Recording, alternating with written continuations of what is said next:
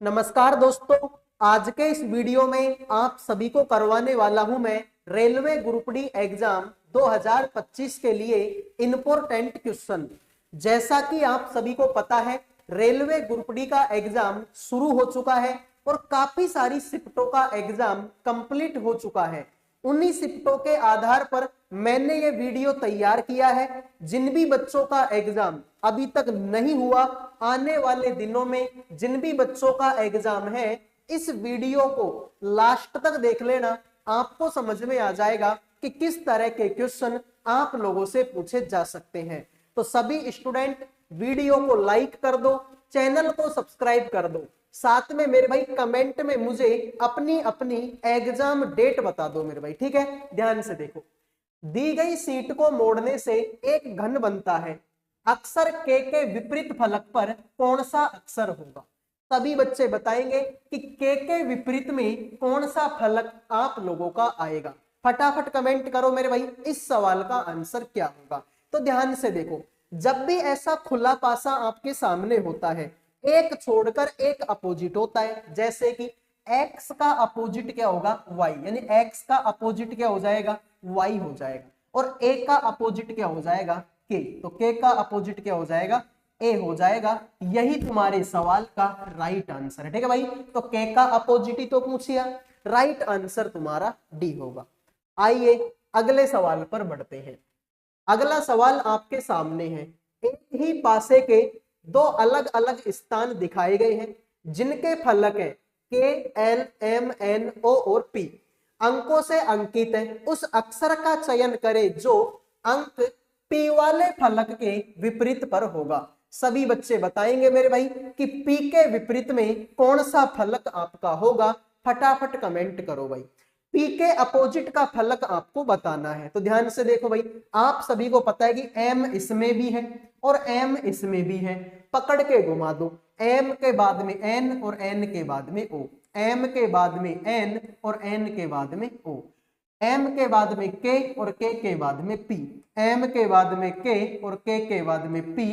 तो पी का विपरीत पूछा है, पी का विपरीत ओ होगा।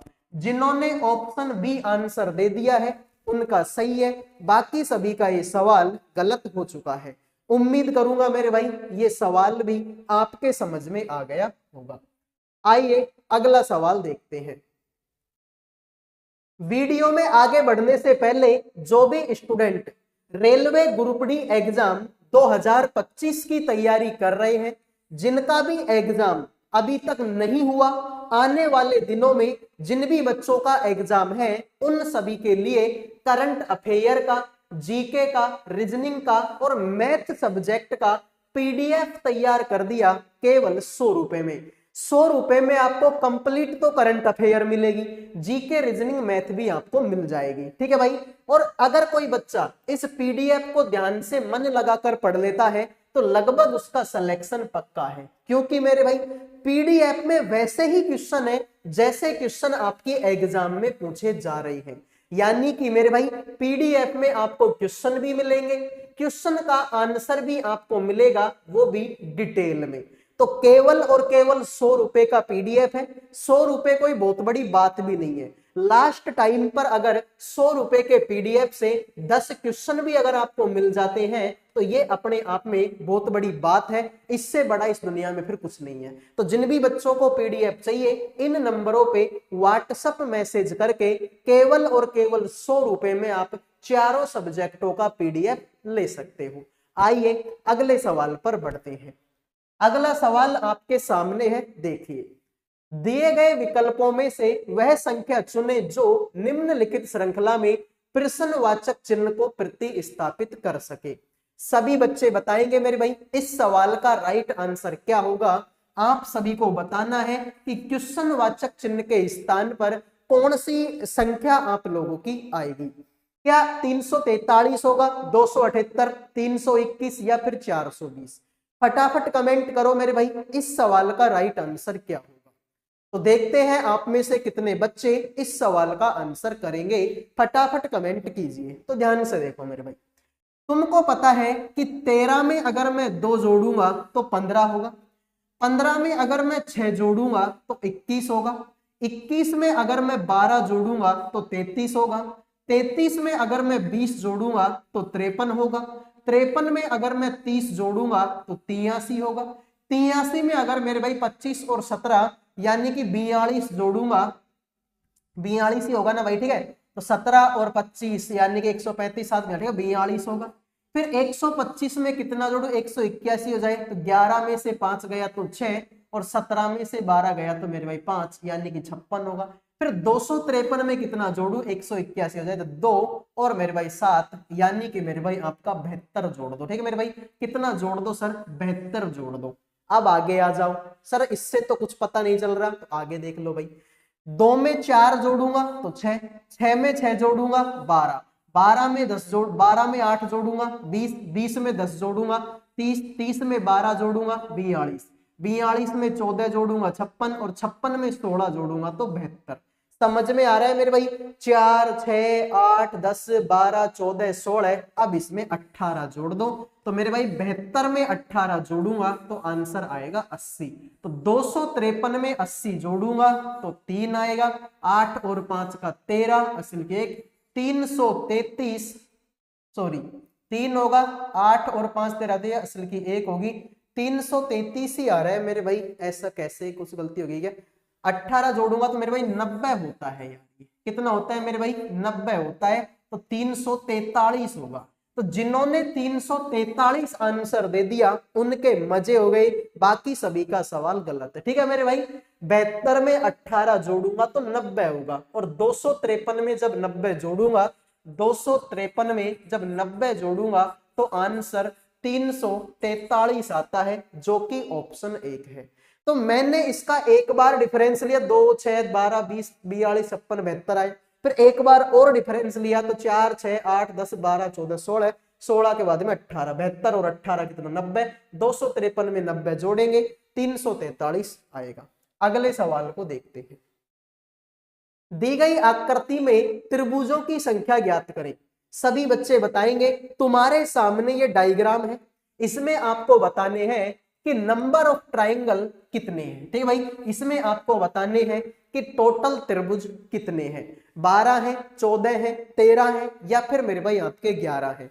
फटाफट कमेंट करो भाई, इसमें टोटल त्रिभुज आपके कितने हैं। तो ध्यान से देखो मेरे भाई, मैंने तुमको खूब बताया था, मैंने क्या, इस दुनिया के सभी टीचरों ने तुमको बताया होगा कि जब भी ऐसा कोई डायग्राम आए, जब भी ऐसा कोई डायग्राम आए, इसमें कितने त्रिभुज होते हैं सर, इसमें 8 त्रिभुज होते हैं। कितने भाई, 8। तो अगर तुम ध्यान से देखोगे तो इसमें, इसको अगर तुम ध्यान से देखोगे, इस वाले को, ठीक है भाई, इस वाले को अगर तुम ध्यान से देखोगे तो ये कुछ ऐसा ही तो है मेरे भाई। हाँ सर, बिल्कुल ऐसा का ऐसा है। तो इसमें मेरे भाई कितने हो जाएंगे, 8, 8 तो इसमें हो गई, ये बन गया 9वां, ये बन गया 10वां, और ये बन गया तुम्हारा 11वां। ये तो 11 हो गई। अब सर 11 के बाद में देखो, एक इन दोनों को मिलाकर बनेगा मेरे भाई, सर 11 के बाद में एक इन दोनों को मिलाकर बनेगा, तो मेरे भाई सर ये तो हो गया 12वां, ठीक है भाई, ये 12वां हो गया इन दोनों को मिलाकर। इसके बाद में अगर तुम ध्यान से देखोगे, एक इन दोनों को मिलाकर बनेगा मेरे भाई, ये कौन सा हो गया सर, ये हो गया 13वां नंबर का। फिर मेरे भाई एक इन सबको मिलाकर भी तो बनेगा, एक इन सबको मिलाकर भी तो बनेगा सर, ये हो गया तुम्हारा 14वें नंबर का। और 14 के बाद में, 14 के बाद में तो ऑप्शन भी नहीं है, तो यही तुम्हारे सवाल का राइट आंसर है भाई। 8वां हो गया, ये 9वां हो गया, ये 10वां हो गया, ये 11वां हो गया। एक इन दोनों को मिलाकर बन गया, तो ये हो गया मेरे भाई तुम्हारा 12वां। एक ये 13वां, एक इसको मिलाकर बन गया 14वें नंबर का। और एक मेरे भाई देखो ये भी तो बनेगा इसमें, एक ये वाला भी तो बनेगा, तो 15 है इसमें, ठीक है। ऑप्शन गलत है, इसका राइट आंसर होगा तुम्हारा कितना, 15, ठीक है भाई। ऑप्शन गलत है, राइट आंसर 15 को ध्यान से देख लो मेरे भाई, ध्यान से देख लो, एक एक को मिटाता हूं मैं, ठीक है, एक एक को मिटाता हूं, ध्यान से देखो भाई। देखो एक तो ये मिट गया, दूसरा ये मिट गया, तीसरा ये मिट गया, चौथा ये मिट गया, पांचवा ये मिट गया, ठीक है भाई। और 8 इसमें है, 13, और ये 14वां और ये 15वां। ठीक है मेरे भाई, तो राइट आंसर, अच्छा एक हमने गलती कर दी। ठीक है, तो ध्यान से देखेंगे भाई, इसमें टोटल 15 है। देखो फिर से देख लो, 8 तो ये हो गई, ये 9वां 10वां और ये 11वां, एक इन दोनों को मिलाकर बनेगा, सॉरी 11 हो गए ना, तो एक इन दोनों को मिलाकर बनेगा 12वां, एक इनको मिलाकर बनेगा 13वां, एक ये बनेगा 14वां और एक ये पूरा का पूरा बनेगा 15वां। ठीक है, तो राइट आंसर इसके कितने हैं? 15 हैं। अगले सवाल को ध्यान से देखेंगे भाई। अगला देखिए, दी गई आकृति को बनाने के लिए रेखाओं की आवश्यकता की न्यूनतम संख्या बताओ कितनी है। भाई अगर तुमको ऐसा कोई डायग्राम बनाने को बोले तो कम से कम कितनी लाइनों की जरूरत तुमको पड़ेगी? तो सर कम से कम कितनी लाइनों की जरूरत पड़ेगी वो तुम देख लो मेरे भाई। ठीक है, ध्यान से देखो सर, एक लाइन ये रही, दूसरी, तीसरी, चौथी, पांचवी, छठी, सातवीं, आठवीं, 9वीं, 10वीं, 11वीं, 12वीं, 13वीं, 14वीं, 15वीं, 16वीं, तो कम से कम मेरे भाई 16 लाइन तुमको चाहिए, तब जाके तुम्हारा ये डायग्राम पूरा बन जाएगा। आओ भाई अगले सवाल पर बढ़ते। उस विकल्प का चयन कीजिए जिसमें संख्याएं उसी प्रकार संबंधित नहीं है जिस प्रकार निम्नलिखित समूह की संख्याएं संबंधित है। यानी कि मेरे भाई जो रिलेशन इन तीनों के बीच में है, ऐसा ही रिलेशन इनमें से किसके बीच में नहीं है?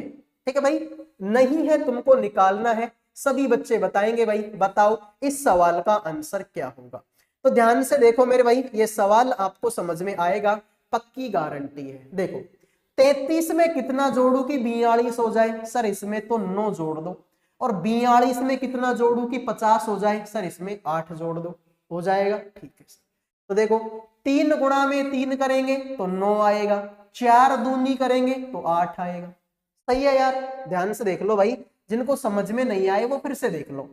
33 में 9 जोड़ूंगा तो 42 होता है, और 42 में 8 जोड़ूंगा तो 50 हो। सर 9 कैसे आया? 3 को 3 से गुणा कर दो और 4 को 2 से गुणा करेंगे तो 8 हो जाएगा। ऐसा ही ध्यान से देखो, 4 दूनी 8, तो ये हो जाएगा तुम्हारा 32। ठीक है, तो 32, 6 और 2 8 हो जाए। ठीक है, 3 दूनी 6, ये ठीक है, ये तो सही हो जाएगा। 4 चौके 16, 44 में 16 जोड़ेंगे तो 60 और 6, ठीक है ये बात भी सही है। 6 चौका 24, इसमें जोड़ेंगे 7 एकम 7 0, तो ये तुम्हारा गलत है। देखो ये गलत है, कैसे? देखो 46, 70 और 77। ठीक है भाई, देखो 46, 70 और मेरे भाई आपका 77। देखो 46 में कितना जोड़ू कि 70 हो जाए? तो सर 24 जोड़ दो। 46 में 24 जोड़ेंगे तो 70 हो जाएगा। तो सर बात तो सही बोल रहे हो, 4 छीका 24, ठीक है 4 छीका 24, ये बात तो सही है। फिर 70 में कितना जोड़ू? 7 जोड़ू 77 हो जाए। लेकिन सर 7 को 0 से गुणा करूंगा तो 0 आएगा, जबकि आना तो 7 चाहिए, क्योंकि यहाँ पर देखो 4 दूनी 8 आया था, यहाँ पर 3 दूनी 6 आया था, 5 6 पंजो 30 आया था, 56 में 30 जोड़ेंगे 96 होगा। लेकिन मेरे भाई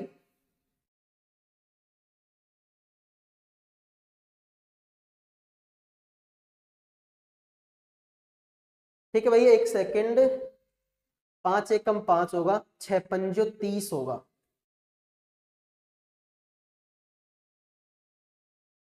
7 को 0 0 करेंगे 77 नहीं आएगा, 6 पंजो 30 होगा। तो 56 में अगर मैं 30 जोड़ूंगा तो आंसर तो 86 आएगा, यहाँ पर 96 है। ठीक है भाई, तो ये टाइपिंग मिस्टेक है भाई सवाल में। ठीक है भाई, ये सवाल में टाइपिंग मिस्टेक है। देखो दोनों ऑप्शन ये तो सही है, 4 चौके 16, 16 जोड़ेंगे तो आंसर 60 होगा, 6 0 0 होगा, 60 में 0 जोड़ेंगे 60 हो जाए, ये बात भी सही है। तो इन दोनों भाई, दोनों में सेम ही ऑप्शन है। ठीक है भाई, ऐसे कर लो, किसी एक को तुम गलत कर लो। ठीक है, ऐसा कर लो आप, इसको 86 बना लो। ठीक है, इसको 86 बना लो, तो 6 पंजो 30, 56 में 30 जोड़ेंगे तो 86 होगा। सवाल में टाइपिंग मिस्टेक है भाई। ठीक है, सवाल में टाइपिंग मिस्टेक है, इसलिए ऐसा हो गया ये। बाकी तो देखो तुम, देखो 4 दूनी 8 होता है, 32 में 8 जोड़ेंगे, सॉरी 24 में 8 जोड़ेंगे तो 32 होगा, 3 दूनी 6 होगा, 32 में 6 जोड़ेंगे 38 होगा, 4 चौके 16 होगा, 44 में 16 जोड़ेंगे तो 60 होगा, 6 को 0 से गुणा करें 0 आएगा, 60 में 0 जोड़ोगे तो 60 ही आएगा। लेकिन यहाँ पर 6 पंजो 30, 30 56 और 30 मेरे भाई 86 होता है। टाइपिंग मिस्टेक है, इसको थोड़ा सा ठीक कर लेना आप। ठीक है, अगले सवाल पर बढ़ते हैं। 4 संख्याएं दी गई हैं जिनमें से 3 निश्चित रूप से समान है एक भिन्न है, भिन्न संख्या को चुने। सभी बच्चे बताएंगे भाई इस सवाल का आंसर क्या होगा।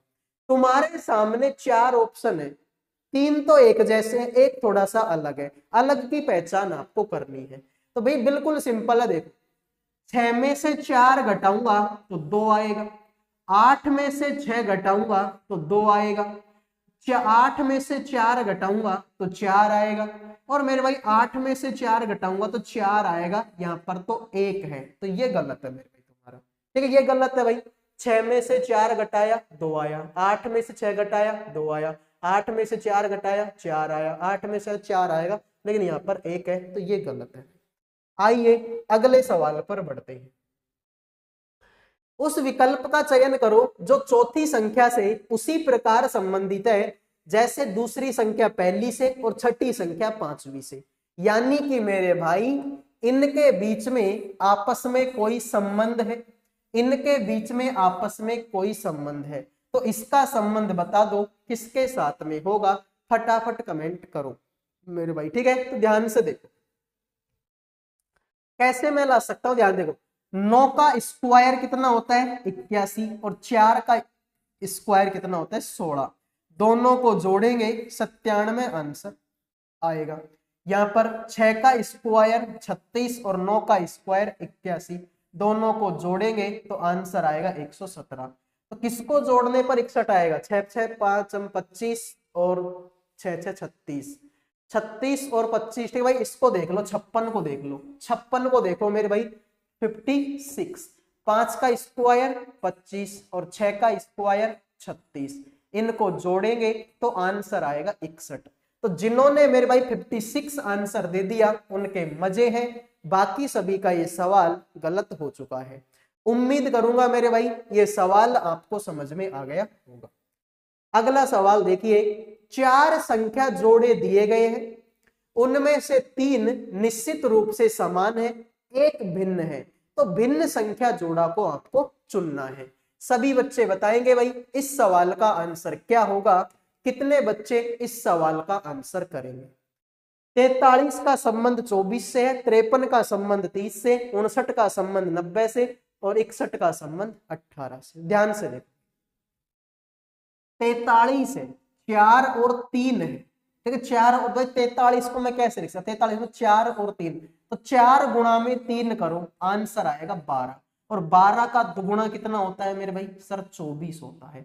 53 को मैं लिख सकता हूँ 5 और 3, तो 5 3 15, 15 का दुगुना करूंगा तो आंसर आएगा 30 जो कि है 59। देखो 5 गुणा में 9, 9 पंजो 45, 45 गुणा में 2 करूंगा 90 होगा जो कि है 61 को देखो 6 गुणा में 1, आंसर आएगा 6, 6 का दुगुना करूंगा 12, यहाँ पर है 18, तो ये गलत है।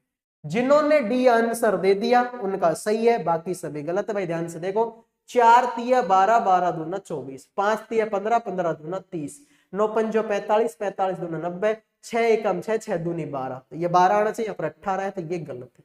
जिन्होंने डी आंसर दे दिया उनका सही है, बाकी सभी का गलत हो गया। आइए, प्रश्नवाचक चिन्ह के स्थान पर क्या आएगा, सभी बच्चे बताएंगे क्वेश्चन मार्क की जगह पर कौन सा ऑप्शन आप लोगों का आएगा, फटाफट कमेंट करो मेरे भाई। तो देखते हैं आप में से कितने बच्चे इस सवाल का आंसर करेंगे। बिल्कुल सिंपल सवाल है भाई, बिल्कुल का मतलब बिल्कुल ही सिंपल सवाल है ये। तुमको पता है यार कि ये जितनी भी संख्या तुम्हारे सामने लिखी हुई है ना, सारी की सारी अभाज्य संख्या है। ना तो 11 में किसी का भाग जाता है, ना 13 में किसी का भाग जाता है, ना 17 में किसी का भाग जाता है, 29 31 37 इनमें भी किसी का नहीं जाता, 43 और 47 में भी किसी का भाग नहीं जाता। लेकिन मेरे भाई 5 और 1 6, सर 51 में तो 3 का भाग जाता है, इसका मतलब ये तो गलत है यार। 7 और 5 12, सर 57 में भी 19 का भी भाग जाता है और 3 का भी भाग जाता है, तो ये भी नहीं हो सकता। सर 55 में तो 5 का भी भाग जाता है और 11 का भी भाग जाता है, तो ये भी नहीं हो सकता। राइट आंसर तुम्हारा 53 होगा। भाई ध्यान से देखो, 47 के बाद में देखो 48 में भी भाग जाता है, 49 में भी 7 का भाग जाता है, 50 में भी 2 का 5 का भाग जाता है, 51 में भी भाग जाता है, 52 में भी भाग जाता है, उसके बाद में आती है 53, और 53 में किसी का भी भाग नहीं जाता। तो यही तुम्हारे सवाल का राइट आंसर। अगले सवाल को देखो मेरे भाई, A@B का मतलब है ए बी का बेटा है, हैज का मतलब है ए बी का पापा है, एंड का मतलब है ए बी की मम्मी है, डॉलर का मतलब है ये इसका भाई लगता है। अब बताओ मेरे भाई, ये जो सवाल तुम्हारे सामने है, ये जो सवाल तुम्हारे सामने है, इसमें बताओ एन का क्यू से क्या संबंध है। ये रहा एन और ये रहा क्यू। तो एन का क्यू से पूछा है, मतलब ये फालतू की चीजें इनको हटा दो, इधर वाली भी फालतू हटा दो, ठीक है भाई, एन और क्यू। तो बीच में है मेरे भाई एंड, एंड का मतलब क्या है कि ये इसकी मम्मी लगती है, तो इसकी मम्मी लगेगी एन। तो एन जो है मम्मी लगेगी मेरे भाई किसकी सर, ये तो ओ की मम्मी लगेगी। आगे तो हैज है, हैज बोले तो पापा लगता है, तो सर ओ जो है पापा लगेगा मेरे भाई किसका सर, पी का पापा लगेगा। आगे तो डॉलर है, डॉलर बोले तो भाई लगता है, तो पी जो है भाई लगेगा मेरे भाई किसका, क्यू का। तो मान लो कि ये मैं हूं, ये मेरा भाई है, मेरे भाई के पापा मतलब मेरे भी पापा, मेरे पापा की मम्मी सर मेरी दादी लगती है। जिन्होंने बी आंसर दे दिया उनका सही है, बाकी सभी का सवाल गलत हो चुका है। उम्मीद करूंगा मेरे भाई ये सवाल आपको समझ में आया होगा, ये क्लास भी पसंद आई है तो वीडियो को लाइक कर दो, चैनल को सब्सक्राइब कर दो। अगले वीडियो में मिलूंगा। जय हिंद, जय भारत।